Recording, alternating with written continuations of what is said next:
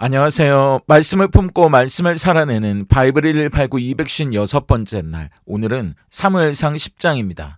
어제 9장에서 잃어버린 암나귀를 찾다가 우연히 사무엘을 만나 사무엘의 식탁에 앉게 된 청년 사울의 이야기를 나눴는데요. 하나님은 길을 잃고 헤매는 것 같은 그 상실의 순간을 통해서도 완벽한 섭리의 내비게이션으로 사울을 인도하셨습니다. 오늘 10장은 그 사울이 공식적으로 이스라엘의 첫 번째 왕으로 등극하는 역사적인 순간이면서 동시에 뜻밖의 장면을 마주하게 됩니다. 먼저 1절부터 16절까지는 이스라엘의 왕으로 기름 부음을 받는 사울의 이야기인데요. 날이 밝자 사무엘은 사울과 단둘이 있는 자리에서 그의 머리에 기름을 붓습니다. 1절을 세 번역으로 보세요. 사무엘이 기름병을 가져다가 사울의 머리에 붓고 그에게 입을 맞춘 다음에 이렇게 말하였다. 주님께서 그대에게 기름을 부으시어 주님의 소유이신 이 백성을 다스릴 영도자로 세우셨습니다. 사무엘은 사울을 세상 나라들처럼 자기 마음대로 통치하는 왕 멜렉으로 부르지 않고 지도자라는 뜻의 단어 나기드라고 부르는데요. 이 나기드는 앞에 선 사람이라는 뜻입니다. 그러니까 이스라엘의 왕은 하나님의 백성들 앞에서 하나님의 뜻을 대리하도록 세워진 사람이었던 거죠. 이때 청년 사울의 마음이 얼마나 혼란스럽고 두려웠겠어요.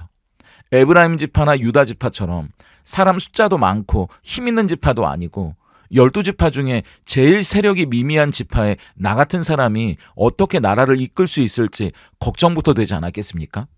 그런데 하나님은 사무엘을 통해 사울에게 이 모든 일이 하나님의 인도하심 아래 있었다는 증거로 구체적인 3가지 징조를 예언하세요.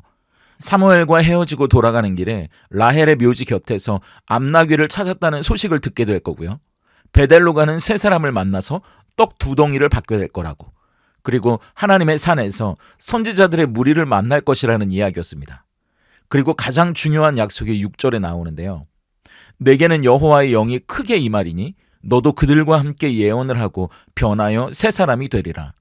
여기서 하나님의 영이 임했다는 건 왕이 되는 게 사울의 능력이 아니라 하나님의 도우심 때문에 가능한 거라는 걸 보여주는 거고요. 예언을 하게 될 거라는 말은 사울이 선지자가 된다는 말이 아니라 하나님의 영이 그에게 강하게 임했다는 표징이 나타난다는 말입니다. 그리고 새 사람이 된다는 건 사울이 완전히 새로운 사람이 된다는 말이 아니라 이제 보잘것없는 지파의 미약한 사람이 아니라 왕의 사명을 감당할 수 있는 사람이 될 거라는 약속이었어요. 그 6절의 약속이 어떻게 이루어지는지 9절을 보세요. 그가 사무엘에게서 떠나려고 몸을 돌이킬 때 하나님이 새 마음을 주셨고 그날 그 징조도 다 응하니라. 6절에서는 새 사람이 될 것이라고 하셨는데 9절에서는 새 마음을 주셨다고 이야기합니다. 이건 이제 사울이 하나님의 부르심에 맞춰서 사명을 향해 움직이는 마음을 갖게 됐다는 이야기예요. 왕이라는 직분만 내리신 게 아니라 그 직분을 감당할 마음까지 주셨다는 뜻으로 이해하시면 됩니다. 그러니까 6절과 9절의 핵심은요. 한마디로 하면 사울의 시작이 전적인 하나님의 은혜였다는 겁니다. 제일 약하고 보잘것없는 지파 출신에 열등감과 상처덩어리에 미숙한 사울을 하나님은 선택하셨고요. 그리고 그에게 그 직분을 감당할 모든 걸 주셨습니다. 그럼 사울이 앞으로 할 일은 뭔가요? 그 은혜를 붙잡고 가는 거죠. 시작이 은혜였다는 말은 절대 그 은혜를 떠나서는 안 된다는 말입니다. 우리도 마찬가지죠. 사울을 보면 꼭 우리를 보는 것 같지 않으세요? 예수님이 십자가에서 우리를 위해 죽으셨고요. 우리의 수치와 죄, 상처, 실패는 다 가져가시고 의와 평강과 기쁨과 생명을 주시지 않았습니까?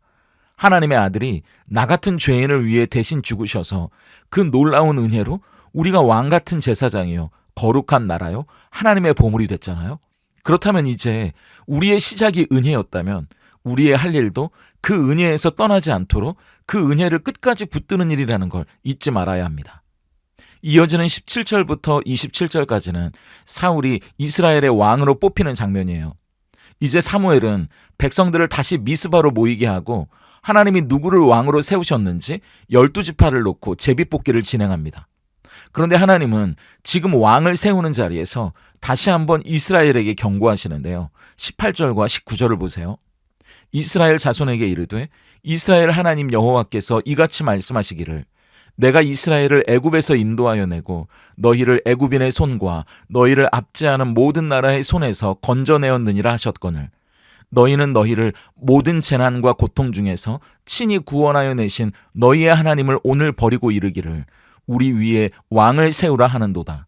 그런즉 이제 너희의 지파대로 1000명씩 여호와 앞에 나아오라 하고.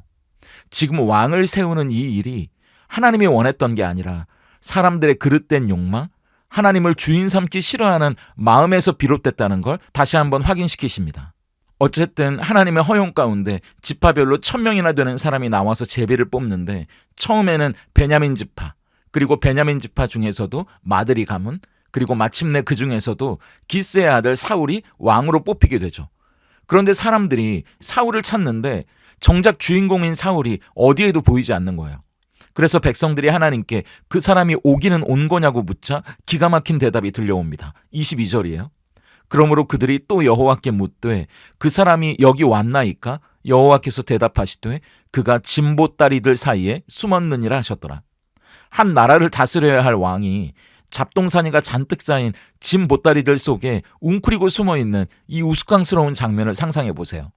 사울은 이미 사무엘에게 기름 부음을 받았잖아요. 3가지 징조도 경험했습니다. 거기다 성령까지 임해서 새 마음까지 받았는데도 왜 숨어있는 걸까요? 12지파를 다스리고 저 막강한 블레셋과 싸워야 한다는 현실의 무게 앞에 완전히 압도당했기 때문입니다.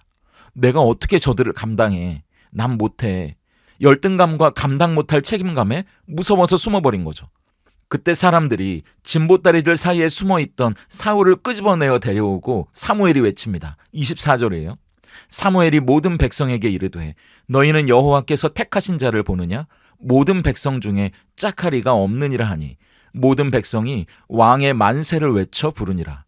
어쨌든 백성들은 사울이 방금 전까지 진보다리 뒤에서 벌벌 떨던 겁쟁이라는 사실은 묻어두고 보기에는 훤칠하고 잘생겼고 멀쩡해 보이거든요. 거기다가 사무엘이 왕으로 세워졌다고 공식적으로 선언하니까 환호하면서 만세를 부릅니다. 이 역사적인 이스라엘의 첫 번째 왕의 대관식의 마지막 절인 27절은 그런데 이런 의미심장한 한마디를 잊지 않습니다. 세 번역으로 볼까요? 그러나 몇몇 불량배들은 이런 사람이 어떻게 우리를 구할 수 있겠느냐 하고 떠들면서 그를 업신여기고 그에게 예물도 바치지 않았다. 그러나 사울은 못 들은 척하였다. 평소에는 우리를 완벽하게 지켜줄 것 같았던 돈이나 세상의 권력, 든든한 무엇인가가 정작 진짜 내 인생을 흔드는 죽음의 위기, 영혼의 캄캄한 절망이 찾아오면 그것들은 결코 우리를 구원하지 못하고 사울처럼 짐 보따리 뒤로 무책임하게 숨어버립니다. 마지막 27절처럼 그런 게 어떻게 우리를 구할 수 있겠냐는 질문은 그래서 꼭 벌거숭이 임금님을 보고 어떤 아이가 저 임금님 다 벗었어 그렇게 외쳤던 소리처럼 들리는 거예요. 그래서 사순절을 보내고 있는 우리는 진짜 왕이신 예수님을 더 간절히 바라보게 되는 거 아닙니까? 사울은 그 왕관의 무게가 두려워서 진보다리 뒤에 숨었지만 예수님은 십자가 앞에서 도망치지 않으셨잖아요. 온 인류의 죄악이라는 가장 무겁고 끔찍한 짐 보따리를 오히려 대신 짊어지셨습니다. 사울은 사람들의 시선을 피해 웅크렸지만 예수님은 만천하에 발가벗겨진 채 십자가에 높이 달리셔서 세상의 모든 조롱과 멸시를 온몸으로 받아내셨어요. 사람들은 사울의 키 크고 풍채 좋은 외모를 보면서 이만한 인물을 비교할 자가 없다고 환호했지만 예수님은 흠모할 만한 아름다운 모양도 없었고요. 풍채도 없는 모습으로 오셔서 그 무엇과도 비교할 수 없는 사랑을 우리에게 주셨습니다. 세상의 것을 구했던 이스라엘 백성들은 진보다리 사이에 숨은 겁쟁이 왕을 얻었지만 우리는 달라요. 우리 대신 죄의 심판을 당하고 죽음을 이기신 승리의 왕을 얻었다는 걸 기억하시기 바랍니다. 그렇다면 오늘 사무엘상 10장이 던지는 질문 앞에서 우린 어떻게 삶으로 대답할 수 있을까요? 그 질문은 나는 하나님의 부르심 앞에서 어떤 진보다리 뒤에 숨어 있습니까? 예요. 사울은 하나님의 영이 크게 임해서 새 마음을 받았음에도 불구하고 눈앞에 놓인 현실의 부담감, 그 두려움 때문에 사명의 자리로 나아가지도 못하고 진보다리들 사이에 꼭꼭 숨어버리지 않습니까? 우리도 살아가면서 사울처럼 하나님과 숨바꼭질 할 때가 많은 것 같아요. 하나님께서 우리를 부르실 때가 있잖아요. 어떤 직분을 맡겨주실 때요. 그리고 헌신의 자리로 부르실 때도 있고요. 내가 먼저 다가가서 깨어진 관계를 회복해야 하는 사랑의 자리, 그 화해의 자리로 우리의 등을 떠미실 때도 있습니다. 그때 우리는 어떻게 반응할까요? 수많은 진보다리를 방패 삼아 웅크리고 숨어버리지는 않습니까? 하나님, 제가 지금 먹고 사는 경제적인 진보다리가 너무 무거워서요. 봉사할 시간은 없습니다. 주님, 저 상처받은 진보다리가 안 보이십니까? 저 사람은 도저히 용서가 안 됩니다. 그냥 이대로 숨어있게 내버려 두세요. 그렇게 바쁨이라는 짐, 상처라는 짐, 열등감과 체면이라는 온갖 잡동사니 진보다리들 사이에 숨어서 나는 못합니다. 그렇게 반복하고 있는 거죠. 하지만 숨어있는 사울을 찾아내서 광장 한복판에 세우시는 분이 하나님이십니다.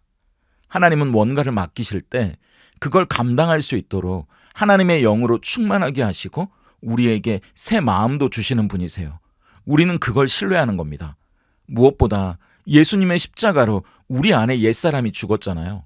그리고 예수님과 함께 사는 새 사람으로 살아가는 거 아닙니까? 그렇다면 그 부르심 앞에 당당하게 내 힘이 아니고요. 하나님이 주시는 새 마음으로 예수님과 함께 사는 새 사람으로 그 하나님의 은혜로 사명을 감당하는 저와 여러분이 될 수 있다면 좋겠습니다. 함께 기도하겠습니다. 우리를 부르실 때 그 부르심을 감당할 은혜까지 넉넉히 주시는 하나님 감사합니다. 하나님의 크신 은혜로 새 마음을 받고도 현실의 두려움과 무게에 짓눌려 진보다리 사이에 숨어버린 사울의 모습이 우리의 모습이진 않은지 돌아봅니다. 영혼을 살리는 섬김의 자리로, 십자가를 져야 하는 헌신의 자리로, 내가 먼저 다가가야 할 화해의 자리로 부르실 때마다 우리는 얼마나 자주 핑계를 대며 숨어버렸는지 모르겠습니다. 먹고 사는 일이 바쁘다는 짐, 아직 내 상처가 아물지 않았다는 짐, 나는 자격도 능력도 없다는 핑계의 진보다리들 뒤에 웅크려 나는 못합니다. 아직은 아닙니다라며 그 부르심을 외면하지는 않았는지 정직하게 우리 자신을 들여다보게 하시옵소서. 사순절의 여정 가운데 피하고 싶고 도망치고 싶은 그 무거운 십자가의 진보다리를 우리를 위해 기꺼이 홀로 짊어지신 나의 왕 예수님을 바라봅니다. 진보다리들 사이에 숨은 겁쟁이 왕이 아니라 우리의 모든 죄와 수치를 기꺼이 짊어지신 진짜 왕이신 그 예수님을 바라봅니다. 그 왕이 어둠 가운데 숨어있던 우리를 찾아내어 빛 가운데로 부르셨으니 이제는 더 이상 두려움과 변명의 진보다리 뒤에 숨어있지 않게 하시옵소서. 나를 붙드시고 새 사람으로 살게 하시는 은혜를 신뢰하며 당당히 세상 한복판으로 나아가 맡겨주신 사명을 은혜로 감당해내는 우리 모두가 되게 하시옵소서. 예수님의 이름으로 기도드립니다. 아멘.